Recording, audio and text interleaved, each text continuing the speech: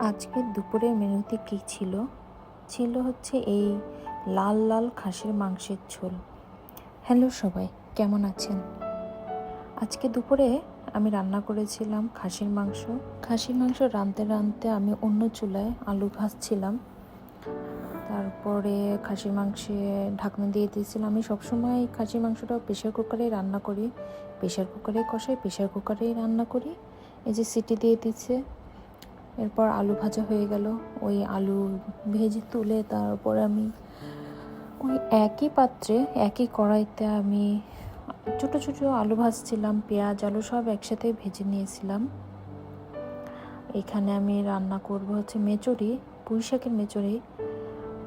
অনেকে পছন্দ করে না খেতে, কিন্তু আমার তো খুব মজা লাগে। আমি ছোট চিংড়ি দিয়ে পুঁই শাকের মেচুরিটা সবসময় রান্না করি। এই যে ফ্রেশ পুঁই শাকের মেচুরি, অনেকে পুঁই শাকের ডিমও বলেন।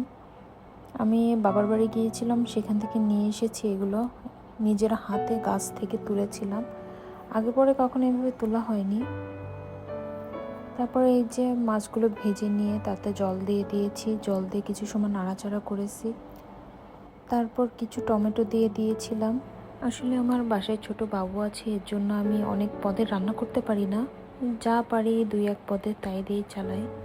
এতে বাড়ির লোকেরাই খুশি আছে যে যতটুক পারছে ততটুকুই করছে, তাদের কোনো কমপ্লেন নেই। তো এই হচ্ছে ফাইনাল লুক মাংসের। আমি কিছুটা তরকারি টিফিন বাটিতে ভরে বাড়ির জন্যও পাঠাই। তো ধন্যবাদ আমার এই ছোটো ভিডিওটি দেখার জন্য। আশা করি পাশেই থাকবেন।